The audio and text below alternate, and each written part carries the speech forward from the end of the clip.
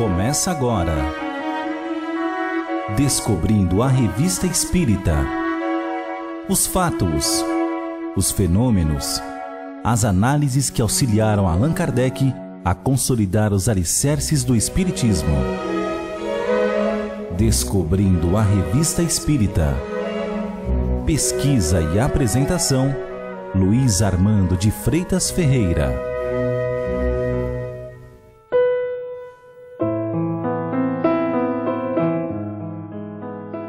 Abrindo a edição de março de 1862, após uma mensagem aos correspondentes da Revista Espírita explicando-se sobre a dificuldade de responder a toda a crescente correspondência que recebia, bem como os pedidos de evocações pessoais na Sociedade Parisiense de Estudos Espíritas, condicionados ao seu caráter de estudo instrutivo e de interesse geral, Allan Kardec coloca como primeiro assunto uma matéria intitulada Os Espíritos e o Brasão. Desenvolvendo seu conteúdo, diz: entre os argumentos apostos por certas pessoas à doutrina da reencarnação, um há que devemos examinar porque à primeira vista parece especioso. Dizem que ela tenderia a romper os laços de família multiplicando-os. Aquele que concentrasse sua afeição sobre o pai deveria reparti-la por tantos pais quanto as encarnações. Como então, uma vez no mundo dos espíritos, se reconhecer no meio dessa progenitura? Por outro lado, em que se torna a filiação dos antepassados se aquele que se julga descendente em linha direta de Hugo Capeto ou de Godofrei de Bouillon viveu várias vezes? Se depois de ter sido um grão-senhor poderá tornar-se um plebeu? Eis assim toda uma linhagem deturpada. Para começar, responderemos que de duas umas, ou isto é ou não é. Se for, todas as recriminações pessoais não impedirão que seja, porque para regular a ordem das coisas, Deus não pede conselho a este ou aquele. Do contrário, cada um quereria que o mundo fosse regido à sua vontade. Quanto à multiplicidade dos laços de família, diremos que certos pais não têm senão um filho, enquanto outros têm 10, 12 ou mais. Já se pensou em acusar Deus de os obrigar a dividir a afeição em tantas partes? E estes filhos, que por sua vez têm filhos, tudo isto não forma uma família numerosa, cujo avô ou bisavô se vangloria em vez de lamentar-se?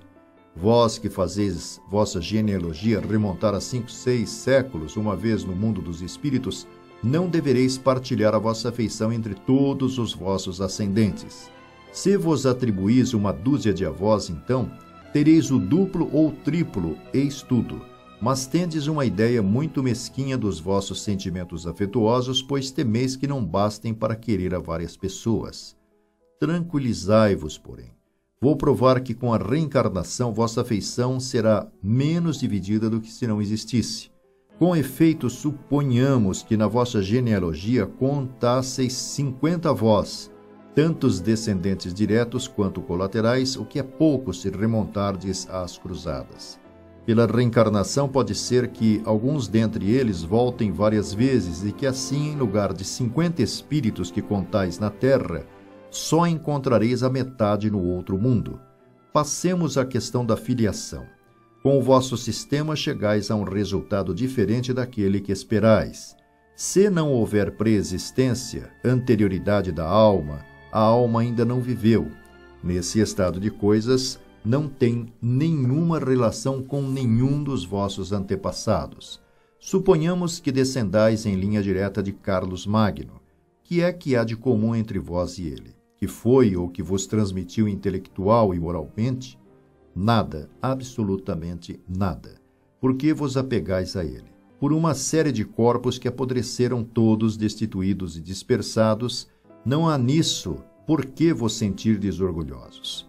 Com a preexistência da alma, ao contrário, podeis ter tido com os vossos antepassados relações reais, sérias e mais lisonjeiras para o amor próprio. Portanto, sem a reencarnação existe apenas um parentesco corporal pela transmissão de moléculas orgânicas da mesma natureza que a dos cavalos puro sangue. Com a reencarnação há um parentesco espiritual. Qual dos dois é melhor? Certamente objetareis que com a reencarnação um espírito estranho pode infiltrar-se na vossa linhagem e que, uma vez de nela contar apenas homens de destaque, podem se encontrar sapateiros. É perfeitamente certo, mas isso não quer dizer nada. São Pedro era um pobre pescador. Não seria de uma casa bastante digna que nos fizesse corar por tê-lo em nossa família? Depois, entre os antepassados de nomes brilhantes, tiveram todos uma conduta muito edificante, a nosso ver, a única coisa de que até certo ponto nos poderíamos honrar, posto o seu mérito nada tenha com o nosso. Que se pesquise a vida particular desses paladinos, desses grandes barões que roubavam sem escrúpulos os transeuntes e que, em vossos dias, seriam arrastados à barra do tribunal por seus grandes feitos? De certos grãos senhores, para quem a vida de um vilão não valia uma peça de caça, pois faziam enforcar um homem como um coelho?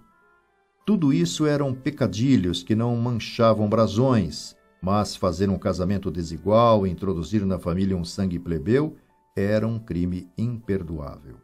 Ora, por mais que se faça quando soar a hora da partida e soa para os grandes como para os pequenos, terão de deixar na terra as roupas bordadas e os pergaminhos, de nada servirão diante do juiz supremo que pronuncia esta sentença terrível: aquele que se exaltar será humilhado.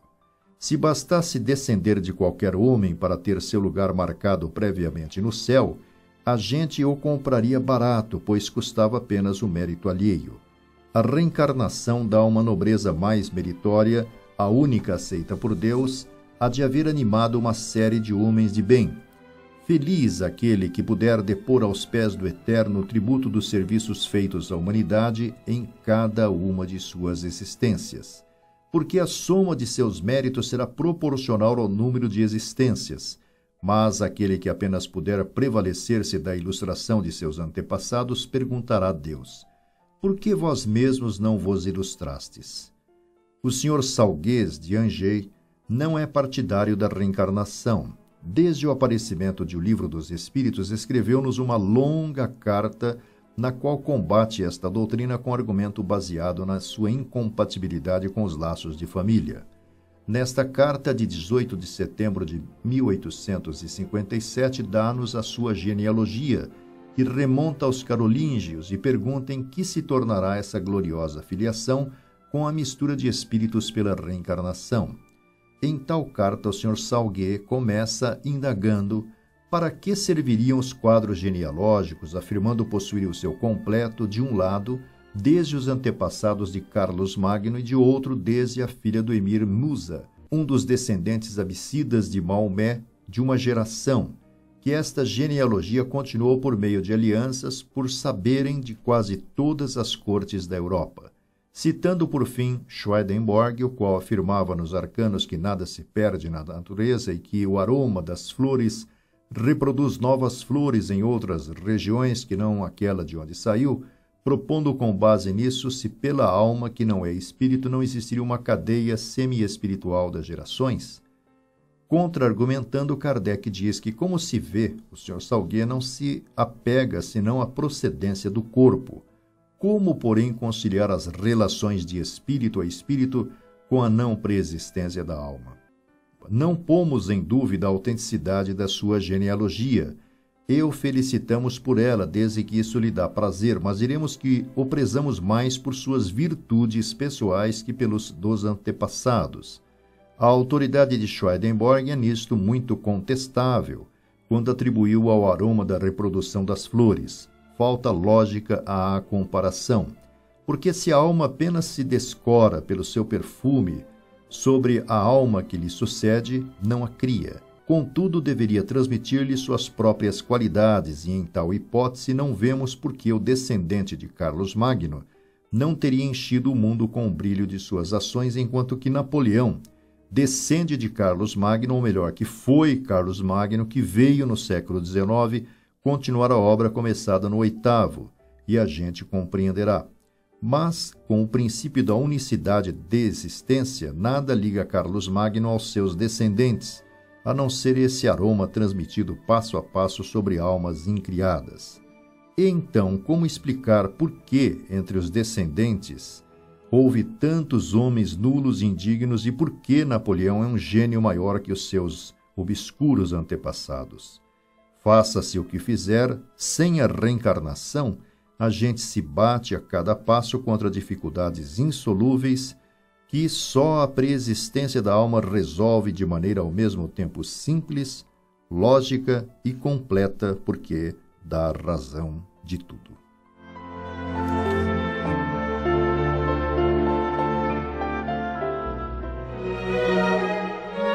Você ouviu